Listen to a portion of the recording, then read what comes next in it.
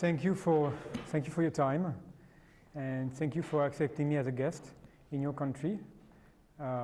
It's not always easy to travel to. They've talked about human rights and they've talked about inclusive government. Now the question is, what will it take for the world to be satisfied that the Taliban meet the condition? Right. This is really the condition, because they've agreed to the two conditions. So actually, you're talking about women's rights, for example. When Mr. Mutaki was here in Islamabad for the OIC summit, for example, this issue of women's rights, was it raised with him, and what did he say? I mean, as you know, so far, in some provinces, universities are still closed for women. Some schools are also still closed. Did he give concrete word on this issue? Was he accurate? It's not concrete. They agreed to the principle. Right. How they will go about it, you know, if anyone is familiar with the Afghan character, they should realize that they are very, very proud people. And, you know, you can't push them. They hate outside interference. In 2001, Pakistan was one of the 3 countries that recognized Afghanistan. Yet when Pakistan tried to tell the Taliban, you know, to hand over Osama bin Laden to the Americans, they point blank refused. So there's a limit to, you know, what outside interference or pressure can do to a government, specifically a government which is fiercely independent like the Taliban. So just a caution that if anyone thinks that, you know, you can force them, the pace of what they believe is an inclusive government and human rights, well, it's not going to happen. And we should not expect, you know, what we expect women's rights, according to what the people of Afghanistan think and what are Western women's rights. There's a big gulf between the two, and that's not going to happen. Western-style women's rights, if that is an expectation in Afghanistan, will not happen. But, you know, they've agreed that girls should be allowed to study. So that's, you know, there's no, at least that one point they have, when they came here, they agreed. Right. They said, we are just taking our time, we are seeing the right conditions, but they've agreed to that. Right. So, as far as the security concerns you know, I'd like to know a bit more about the security concerns you have coming from Afghanistan. More precisely, you know that the Tehrik-e-Taliban Pakistan has bases in eastern Afghanistan, especially Loya Paktia.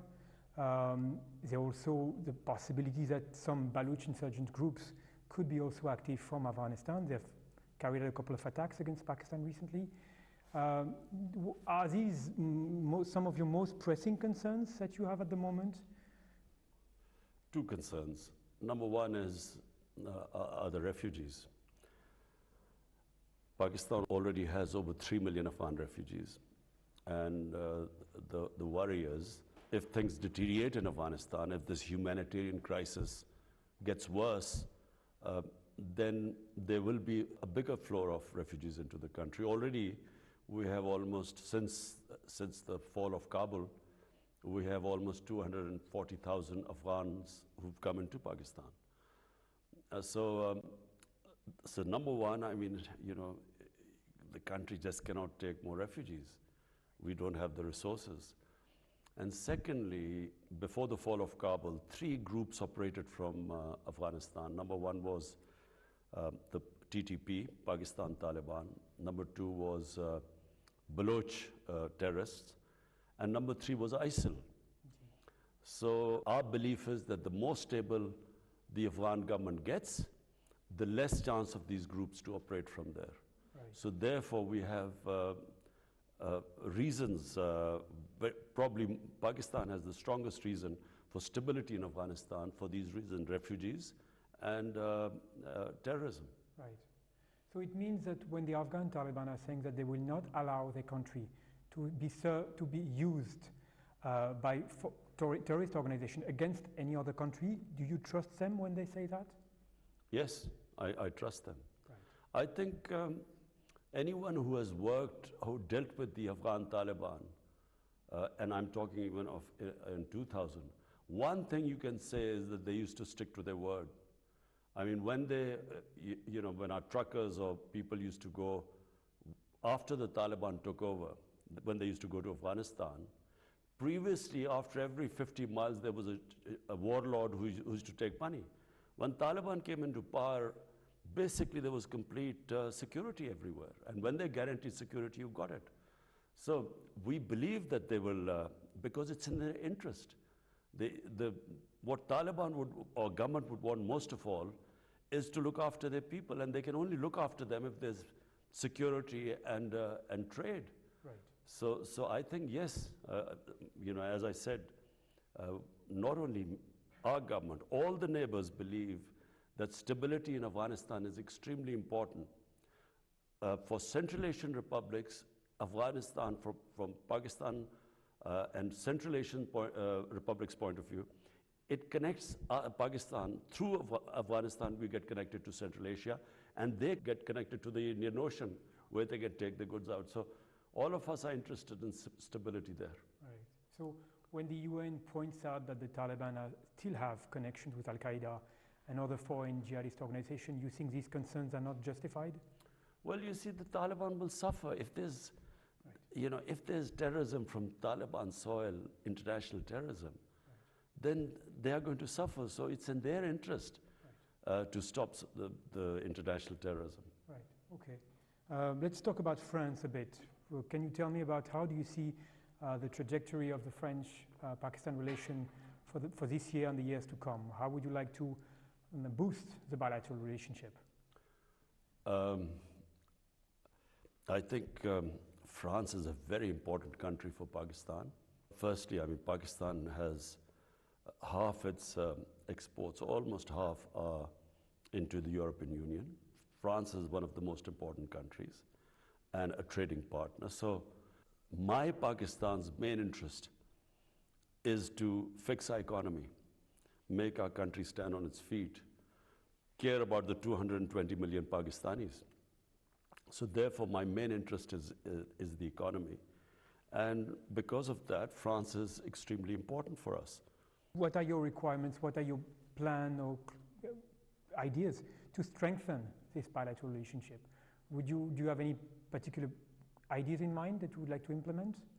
Well, I mean, because of COVID, there was hardly any international travel or communication. You had virtual meetings everywhere. So, but ideally, I would like to meet President Macron and discuss our bilateral ties. Yes. Right. Have you been able to plan a phone call with him so far? Yes, I've spoken to President Macron twice. Okay.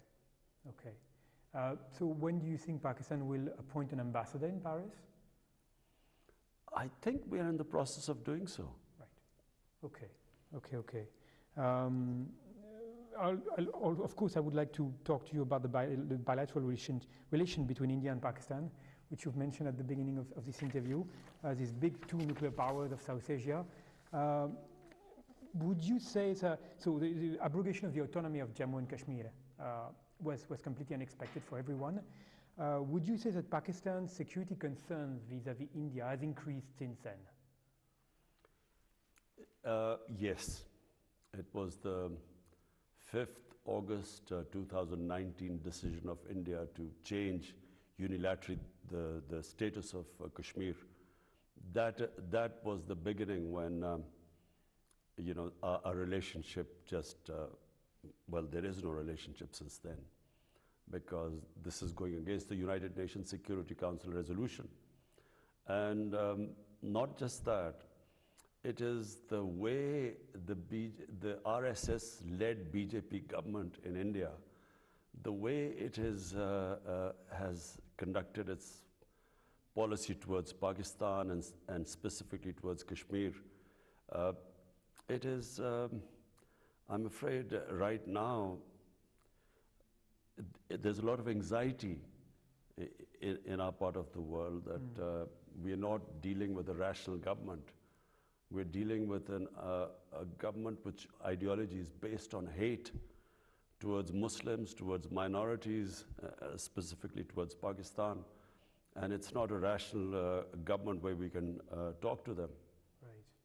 So do you have still this concern that India has not accepted the creation of Pakistan?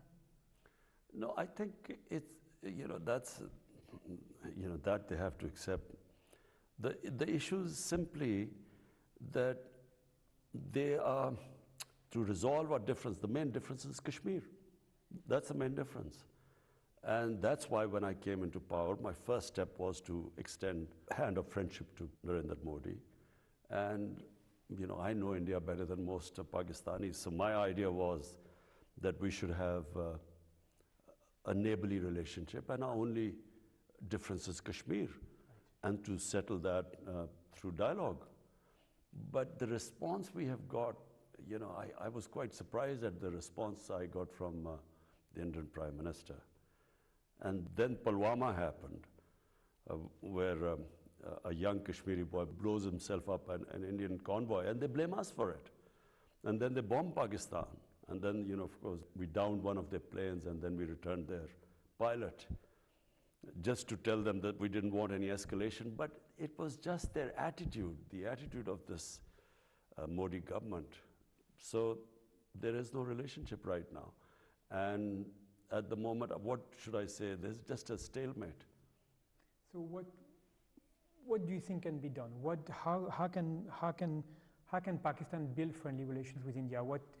Is there a first step or anything Pakistan could do to improve this? Yes, we can build a relationship with India, but it has to start from them going back to that step they took on 5th August 2019. They have to, restore the status of Kashmir, because that's a violation of international law. Right. This is the only condition you have. Yes, go back to 5th August 2019, and yes, we can talk after that. Otherwise, there will be no negotiation, no behind the door kind of secret negotiation to try to do something. It is the biggest betrayal. To negotiate would be betrayal of people of Kashmir who've suffered so much. 100,000 Kashmiris have died so far in what was their right guaranteed by the international community through the United Nations Security Council resolution, that they would be allowed to decide their own destiny through a plebiscite. And so, denying them that and then using force, 800,000 troops, which have basically kept the people of Kashmir in an open prison. There's no way we can move forward until they restore that status. And indeed, actually, it's very interesting because very regularly I receive the press release from the Ministry of Foreign Affairs that condemns the use of force and torture in Kashmir. But let me ask you something that I have in mind. Pakistan regularly denounces this, and I completely understand. On the other hand, it doesn't talk about the repression of the Muslims in Xinjiang. So my question is, do you think that maybe this lack of consistency could also dent the credibility of the accusation that Pakistan has on India, on what India is doing in Kashmir? Well, let's just first see. The status of Xinjiang is that it is part of China. It's not a dispute. It's recognized as part of China. The state of Kashmir is that this was, in 1948, accepted by the international community, that it was a disputed territory between Pakistan and India. So number one, the status of Kashmir. Number two, the people of Kashmir were guaranteed that they would, and accepted by India, that through a plebiscite, they would decide whether they wanted to go to Pakistan or India. That plebiscite never took place. Kashmir had a special status in the Indian Constitution. Unilaterally, 2019, India removed that status. So firstly, it is a completely different, it's between Pakistan and India, it's a disputed land. Right. That's why Pakistan speaks about people of Kashmir, because 1/3 of Kashmir is in Pakistan. Right. And there are a lot of Kashmiri refugees from Indian side who are living in Pakistan. So therefore, it is direct concern to Pakistan. Okay. So what happens to Muslims all over the world, just from Syria to Libya to Somalia, Iraq, Muslims are going through a lot right now. But my specific concern right now is Kashmir, as a disputed territory between Pakistan and India. Right. Okay.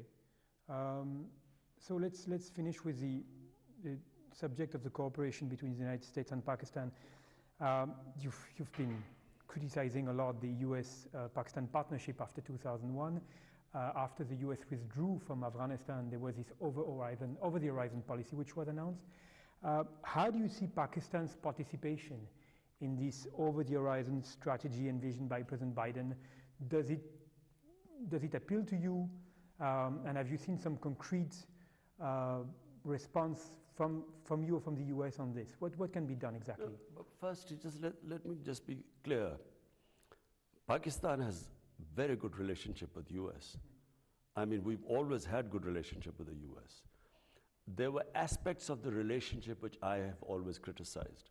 And the main aspect which I criticized was this war on terror and in Afghanistan. I never thought there would be a military solution in Afghanistan. For a start, there was no clear idea what they had come to do in Afghanistan. Was it nation building? Was it women's rights? Was it human rights? What were they doing there, or bringing in democracy? So because there were never clear aims, no one knew what they were doing in Afghanistan. I don't think the Americans knew what they were doing there. So what was victory in Afghanistan? No one knew that. So I criticized the Afghanistan adventure throughout, saying there was no military solution, whatever they're trying to achieve. Secondly, Pakistan's participation in the US war on terror. I did not want Pakistan to participate in it, only for one reason. In the 80s, Pakistan had helped the US and fight the Soviets in Afghanistan, arming the Mujahideen, and calling jihad the jihadis were heroes because they were fighting foreign occupation against the Soviets. We trained them along with CIA. 10 years later, 89, the Soviets leave, and then come 2001, the US arrives in Afghanistan. Now we are trying to tell the same people who had been trained to fight foreign occupation, now we are telling them that fighting the US occupation is terrorism. So they turned against us. Okay. My point was we should have stayed neutral. So the Pakistani Taliban turned against us because all the operations against the Soviets took place from the tribal areas, adjoining districts to Afghanistan. They became Pakistan Taliban who turned against us. And secondly, the old Mujahideen groups, they turned against us, like Al-Qaeda. So Pakistan lost 80,000 people. I mean, which ally of the US lost so many people? And yet Pakistan got blamed for the failure in Afghanistan. So I disagreed with that.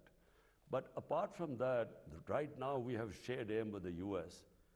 We want no terrorism from Afghanistan. We are against international terrorism. So is the US. So we have a shared interest. And I hope that US also realizes that they originally came to Afghanistan to fight international terrorism, Al-Qaeda. And now if it goes into chaos, you could end up the same position again. So therefore, we have a shared interest for stability in Afghanistan. Okay, so does that debate in this over-the-horizon policy strategy? It can only happen with the permission of the Taliban government. And if they allow it, then it can happen. But otherwise, last thing we want is another conflict with this now Afghan government. After having lost 80,000 people now, Pakistan cannot afford another conflict. So we will be partners in peace with the US, but not in conflict. Okay. Let me ask you a bit of a personal question, but when I was living in Pakistan at the end of the 2009, 2013, Secretary of State Hillary Clinton came to Pakistan for a visit, and she was asked by a student in Lahore that, you Americans, you abandoned us after 89. What are the guarantees that we have that you will not abandon us again? Now, the United States have shifted their priorities away from this region. Do you feel that you've been betrayed again? Frankly, I don't blame the United States. I blame our own leadership. The job of the leadership of this country is to protect the interest of its own people. It's not the job of the United States to protect the interest of Pakistani people. Right. So why did Pakistan allow itself to be used? Clearly, we became part of the US war against the Soviets through Afghanistan, you know, in 80s. But once that was over, a year later, sanctions were slapped on Pakistan. So Pakistan should have learned then. That's why I opposed, you know, Pakistan joining the US war on terror after 2001, because number one, we had trained these mujahideen to fight foreign occupation. Now, how were we going to stop them? And when we joined them, they turned against us. But secondly, we felt used after, when we were in 91, these pressless sanctions were imposed on Pakistan.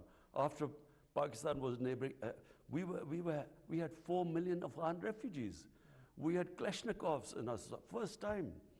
We had sectarian militant groups left in Pakistan, fallout of the Afghan jihad in the 80s.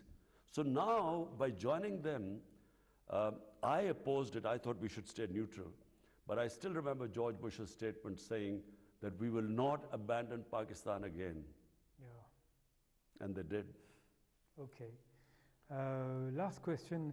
Do you have any plan to visit France? Is there any official visit for France which could be in the pipeline anytime soon, or is it something that you could do? Not yet, but yes, of course, I would like to visit France. Right. After Prime Minister Gilani in 2011, it's been 11 years since the Pakistani Prime Minister has visited France, but I hope it will happen. Thank you so much for your time, Mr. Prime Minister.